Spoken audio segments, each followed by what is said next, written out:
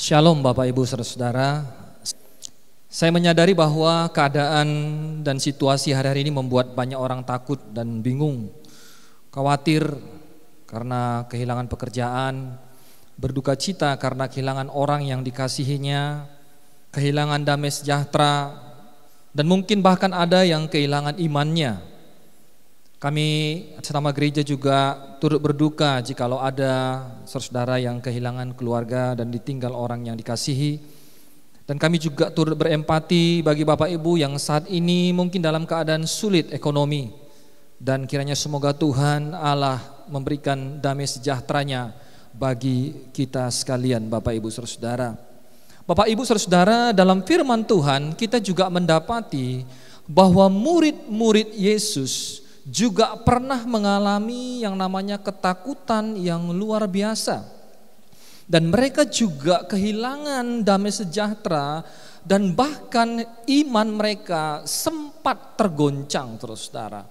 Dan untuk itu saudara, hari ini saya mau menyampaikan tentang satu kebenaran firman Tuhan yang berjudul Tuhan Yesus hadir membawa damai sejahtera dan menguatkan iman di tengah-tengah situasi yang sulit. Sekali lagi Bapak Ibu Saudara, Tuhan Yesus hadir membawa damai sejahtera dan menguatkan iman kita di tengah-tengah situasi yang sulit ini Bapak Ibu Saudara. Dan kita akan bersama-sama belajar dari teks Yohanes pasal yang ke-20 ayat 19 dan seterusnya. Dan juga kisah ini ada di dalam Lukas pasal yang ke-24 ayat yang 19 sampai dengan yang seterusnya Bapak Ibu Saudara. Saya tidak akan membaca semuanya, tetapi kita akan membaca beberapa ayat saja Saudara. Dan saya nanti akan menjelaskan bersama-sama untuk kita bisa belajar firman Tuhan ini pada hari ini Bapak Ibu Saudara. Mari kita buka Alkitab kita di dalam Yohanes pasal yang ke-20 ayat 19 sampai dengan ayat yang ke-20. Yohanes pasal yang ke-20 ayat 19 sampai dengan ayat yang ke-20. Saya akan bacakan Bapak Ibu Saudara. Ketika hari sudah malam, pada hari pertama minggu itu, berkumpullah murid-murid Yesus di suatu tempat dengan pintu-pintu yang terkunci, karena mereka takut kepada orang-orang Yahudi. Pada waktu itu datanglah Yesus dan berdiri di tengah-tengah mereka dan berkata, "Damai sejahtera bagi kamu." Dan sesudah berkata demikian, ia menunjukkan tangannya dan lambungnya kepada mereka. Murid-murid itu bersuka cita ketika mereka melihat Tuhan. Bapak Ibu Saudara yang terkasih dalam nama Tuhan Yesus Kristus, mari kita membayangkan seandainya kita ini adalah murid-murid Yesus yang ada pada saat itu Bapak Ibu Saudara. Nah Bapak Ibu, kita tahu bahwa murid-murid ini sudah mengikuti Tuhan Yesus selama kurang lebih 3 tahun. Mereka hidup bersama-sama dengan Yesus, mereka dekat dengan Yesus. Tuhan Yesus sangat mengasihi mereka, Tuhan Yesus mengajar mereka, Tuhan Yesus melakukan banyak mujizat. Mereka rela meninggalkan pekerjaan dan keluarga dan mereka mengikut Yesus. Mereka begitu mengandalkan Yesus. Mereka menjadikan Yesus sebagai pemimpin mereka. Tetapi apa yang terjadi Bapak Ibu Saudara? Tiba-tiba Yesus ditangkap. Yesus diadili. Yesus disiksa. Yesus disalibkan, bahkan sampai mati saudara di atas kayu salib. Bagaimana perasaan murid-murid pada saat itu? Pastilah mereka sangat sedih oleh karena mereka kehilangan pemimpin mereka. Mereka seperti kehilangan pegangan, mereka seperti kehilangan pengharapan, mereka ketakutan. Mereka kehilangan keberanian Bapak Ibu Saudara. Bahkan mereka dikuasai oleh ketakutan. Dan mereka juga takut dengan orang-orang Yahudi, para pemimpin-pemimpin Yahudi pada waktu itu. Dan berpikir jangan-jangan sebentar lagi giliran mereka yang akan mati, Bapak Ibu Saudara. Untuk itulah mereka masih bersembunyi-sembunyi untuk berkumpul. Dan mereka berkumpul pada malam itu dan mengunci pintu. Saya tidak tahu apa yang mereka sedang bicarakan di dalam itu, di dalam ruangan yang terkunci itu, Bapak Ibu Saudara. Ya mungkin mereka saling cerita satu dengan yang lainnya bagaimana pergumulan mereka, dan mungkin juga mereka sedang membicarakan apa yang Maria Magdalena katakan. Karena mereka mendengar, beberapa murid mendengar dari Maria Magdalena bahwa Yesus sudah bangkit. Antara percaya atau tidak percaya, Bapak Ibu Saudara. Kalau Bapak Ibu baca Yohanes sebelumnya, Bapak Ibu, di sana dikatakan bahwa Maria Magdalena bertemu dengan Tuhan Yesus yang sudah bangkit pada pagi harinya, minggu pertama pagi harinya. Tetapi Bapak Ibu Saudara, dalam keadaan seperti itu, dalam keadaan di dalam ruangan yang terkunci itu, tiba-tiba Tuhan Yesus hadir di tengah-tengah mereka. Sekali katakan, tiba-tiba Tuhan Yesus hadir di tengah-tengah mereka. Dan saat itu Yesus berkata kepada murid-muridnya, damai sejahtera bagi kamu. Damai sejahtera bagi kamu. Ini merupakan satu salam yang diberikan oleh Tuhan Yesus pasca kebangkitannya kepada murid-muridnya, Bapak Ibu Saudara. Ya, kalau dalam bahasa Nias ya sepertinya mungkin Yahovu dedemi. Ya, kalau orang Karo mejuah-juah. Kalau orang Toba bilang dame madihamu. Kalau orang Toraja bilang Syria komi kama rampasan. Nah, Bapak Ibu saya tidak tahu apakah ini benar atau tidak. Tetapi yang jelas pada waktu itu Yesus berkata, damai sejahtera bagi kamu. Namun bagaimana respon murid-murid pada waktu itu, Bapak Ibu Saudara? Memang tidak dijelaskan di dalam Yohanes, tetapi dijelaskan di dalam Lukas pasal yang ke-24. Respon murid-murid pada waktu itu ketika Yesus mengatakan damai sejahtera bagi kamu, mereka terkejut dan mereka takut dan mereka kira itu hantu, Bapak Ibu Saudara. Dan bukan hanya itu, mereka ragu-ragu, benarkah ini Tuhan, siapa ini, seperti itu Bapak Ibu Saudara. Dan mari kita melihat apa yang dilakukan oleh Yesus ketika mereka merespon seperti itu. Yesus mengatakan kepada mereka, ia menunjukkan tangannya dan lambungnya kepada mereka. Dan di dalam Lukas juga ia memperlihatkan tangan dan kakinya kepada mereka dan menyuruh mereka untuk merabanya. Dan bukan hanya itu Bapak Ibu Saudara, di dalam Lukas juga diceritakan Yesus berkata, apakah ada padamu makanan di sini? Dan mereka punya ikan goreng. Bapak Ibu Saudara, Yesus makan ikan goreng itu, Bapak Ibu Saudara. Dan menarik, hal yang lain selain itu, Yesus juga membuka pikiran mereka sehingga mereka akhirnya mengerti kitab suci bahwa Yesus harus menggenapi semua yang ada tertulis tentang dia di dalam kitab Taurat Musa dan kitab nabi-nabi dan kitab Mazmur. Mesias harus menderita dan bangkit dari antara orang mati pada hari yang ketiga. Dan lagi dalam namanya berita tentang pertobatan dan pengampunan dosa harus disampaikan kepada segala bangsa mulai dari Yerusalem. Bapak Ibu Saudara, menurut saya salam damai sejahtera bagi kamu bukanlah sekedar salam yang biasa, Bapak Ibu Saudara. Oleh karena itu merupakan salam Kristus pasca kebangkitan. Salam Kristus pada waktu dia bangkit dari kematian. Minggu yang lalu kita sudah merayakan kebangkitan Kristus. Namun saya sedikit, mari kita melihat apa sebenarnya makna daripada kebangkitan Kristus, Bapak Ibu Saudara. Makna daripada kebangkitan Kristus adalah Yesus mengalahkan kematian. Yesus mengalahkan maut, Bapak Ibu Saudara, ya. Dan ada jaminan hidup yang kekal bersama-sama dengan Allah bagi orang yang percaya kepadanya. Itu artinya ada pengharapan, Bapak Ibu Saudara.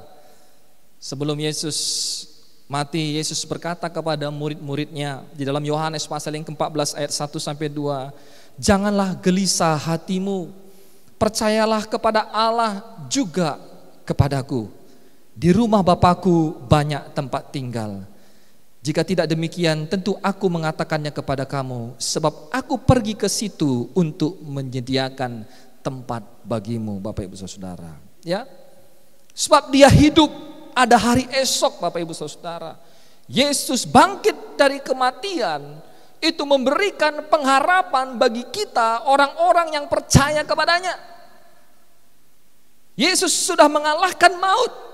Dan kita yang percaya kepadanya, sekalipun kita mati, kita akan langsung bertemu dengan Bapa kita di surga Tuhan kita Yesus Kristus, Bapak Ibu Saudara. Jadi apalagi yang harus kita takutkan?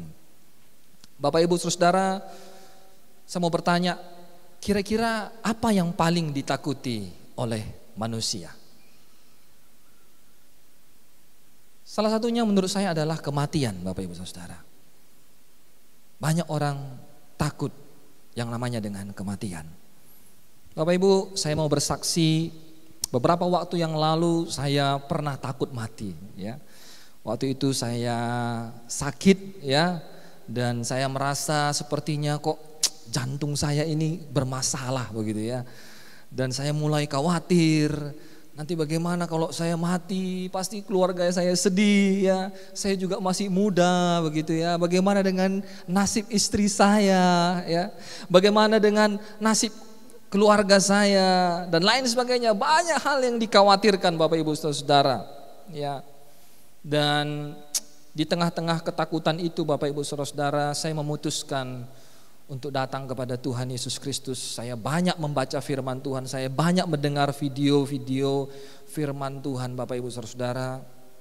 Dan pada waktu saya mendengar firman Tuhan itu, Bapak Ibu Saudara, pada waktu saya merenungkan firman Tuhan itu, rasanya seperti ada damai sejahtera yang datang dalam hidup saya, Bapak Ibu Saudara. Tuhan datang, Tuhan hadir. Dia memberikan saya damai sejahtera lewat banyak firman Tuhan yang saya dengarkan dan saya renungkan, Bapak Ibu Saudara sekalian. Saya mendorong kita semua, mari kita undang Tuhan Yesus untuk masuk di dalam hidup kita, menguasai kita, hadir di dalam hidup kita, Bapak Ibu Saudara. Bukan hanya di dalam hidup kita, tetapi di dalam hidup keluarga Bapak Ibu Saudara-saudara juga. Saya mendorong bapak-bapak, mari mulai hari ini jadilah imam di tengah-tengah keluargamu. Mari pimpin mereka, mari hadirkan damai sejahtera Allah di tengah-tengah keluargamu. Mari pimpin istri dan anak-anakmu, bawa mereka ke hadirat Tuhan, bawa mereka menyembah Tuhan, bawa mereka membaca dan merenungkan firman Tuhan. Di tengah-tengah situasi corona seperti ini, Bapak Ibu Saudara, kita punya banyak waktu di rumah.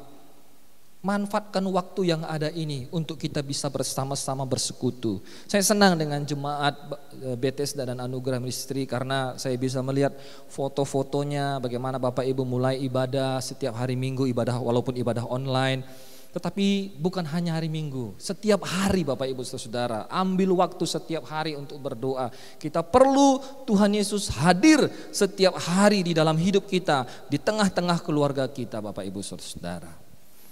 Nah, kehadiran Tuhan Yesus tidak hanya membawa damai sejahtera, tetapi kehadiran Tuhan Yesus juga menguatkan iman kita, Bapak Ibu Saudara. Sekali lagi, kehadiran Tuhan Yesus tidak hanya membawa damai sejahtera, tetapi juga kehadiran Tuhan Yesus itu menguatkan iman kita.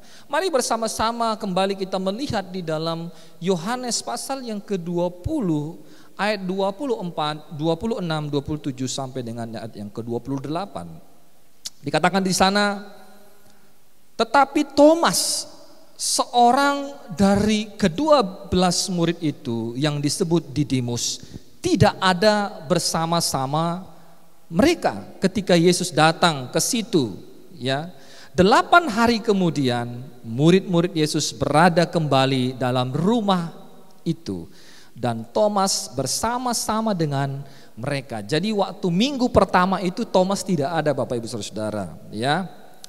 Dan sementara pintu-pintu terkunci, Yesus datang dan ia berdiri di tengah-tengah mereka dan berkata, "Damai sejahtera bagi kamu." Saya mau kasih tahu Bapak Ibu sebelumnya bahwa murid-murid yang lain memberitahukan kepada Thomas bahwa mereka sudah bertemu dengan Yesus dan mereka makan bersama-sama dengan Yesus. Tuhan Yesus menunjukkan tangannya, lambungnya dan kakinya dan mereka merabanya secara langsung. Tetapi Thomas tidak percaya. Saya bersyukur Allah kita adalah Allah yang penuh dengan kasih karunia dan anugerah. Sekalipun pada saat itu Thomas belum percaya, di minggu berikutnya Bapak Ibu Saudara-saudara, Tuhan Yesus kembali datang kepada mereka dan mengatakan, "Damai sejahtera bagi kamu." Dan Thomas sudah ada di situ. Lalu kemudian ia berkata kepada Thomas, Yesus tahu apa yang ada di dalam pikiran Thomas. Lalu Yesus datang secara khusus kepada Thomas dan mengatakan, "Taruhlah jarimu di sini dan lihatlah tanganku, ulurkanlah tanganmu dan cucukkanlah ke dalam lambungku, dan jangan engkau tidak percaya lagi, melainkan percayalah." Lalu Thomas datang, dia langsung meraba, dan pada saat itu dia yang tadinya imannya tergoncang, dia tadinya yang imannya mulai dia mulai mempertanyakan Tuhan, saat itu juga dia mengatakan, "Ya Tuhanku dan Allahku." Saat itu iman Thomas dibangkitkan, saat itu iman Thomas dikuatkan. Ketika dia bertemu dengan Yesus, imannya dibangkitkan, Bapak Ibu Saudara-saudara. Apa yang dirasakan Thomas sama dengan murid-muridnya lainnya sebelum bertemu dengan Yesus, yakni imannya tergoncang.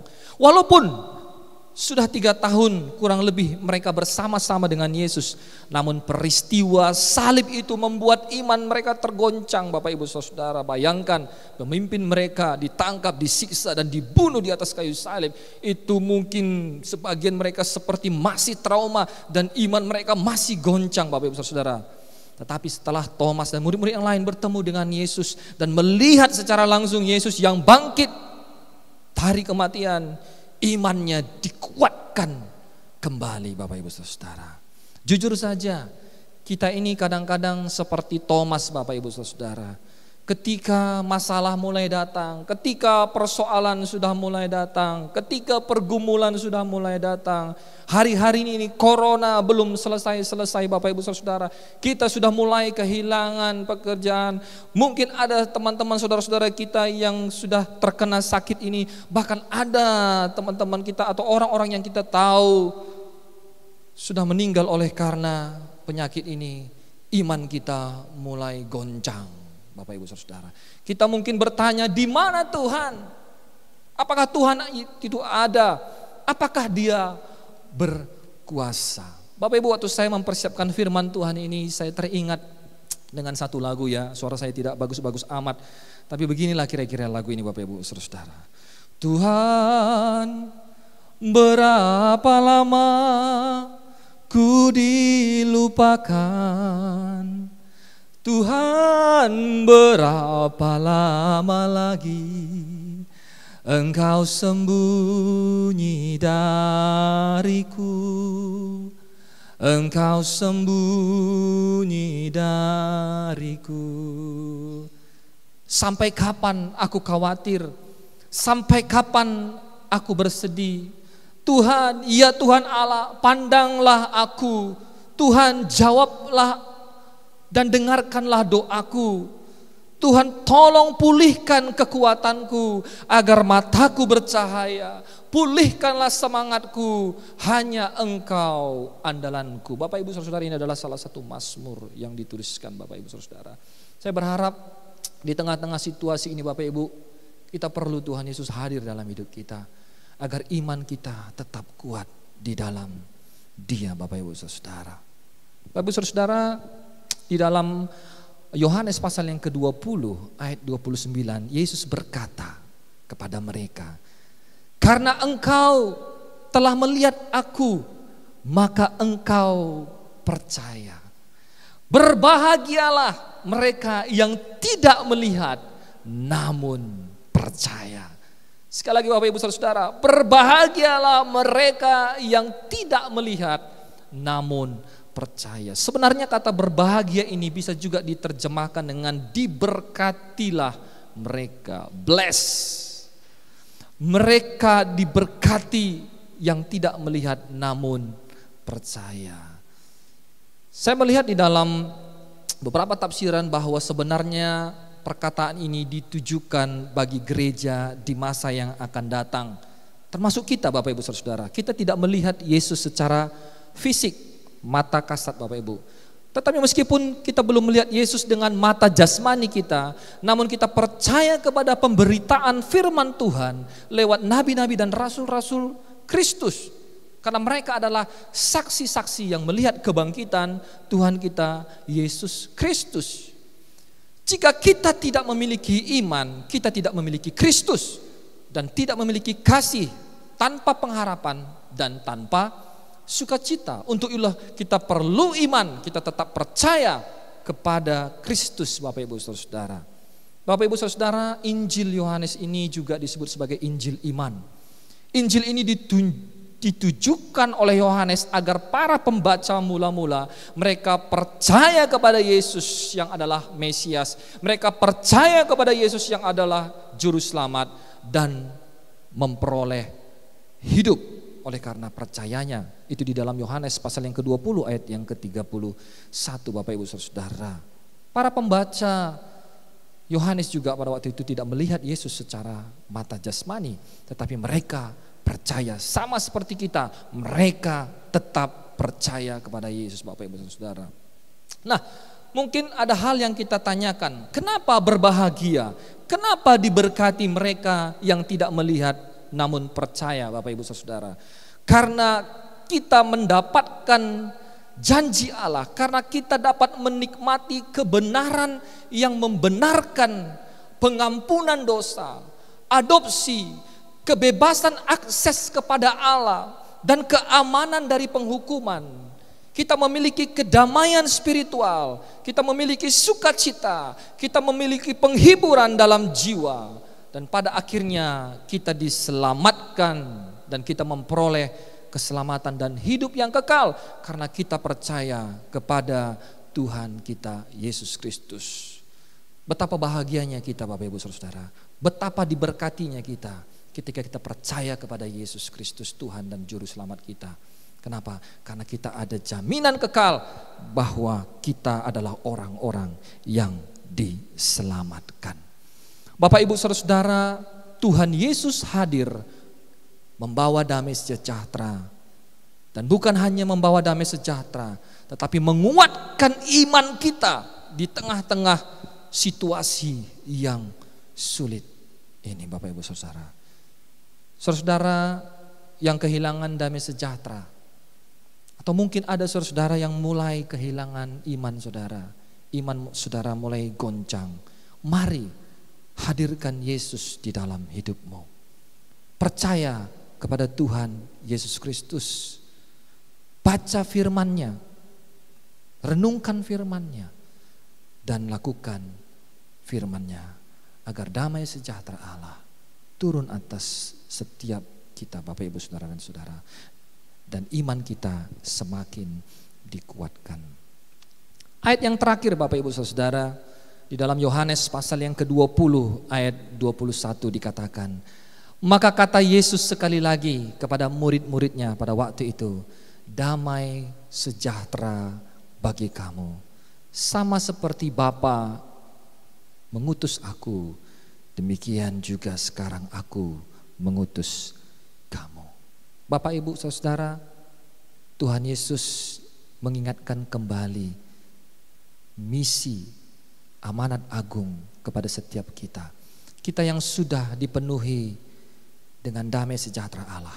Kita yang sudah diselamatkan oleh Tuhan Yesus Kristus.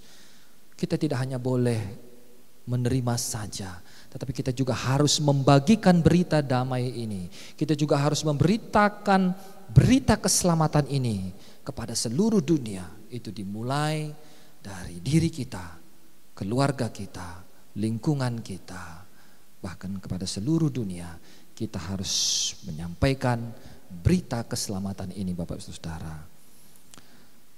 Untuk itu, mari Bapak Ibu Saudara yang pada saat ini bergumul, yang pada saat ini mengalami ketakutan, kekhawatiran, hadirkan Tuhan Yesus di dalam hidup kita. Mari kita bersama-sama berdoa.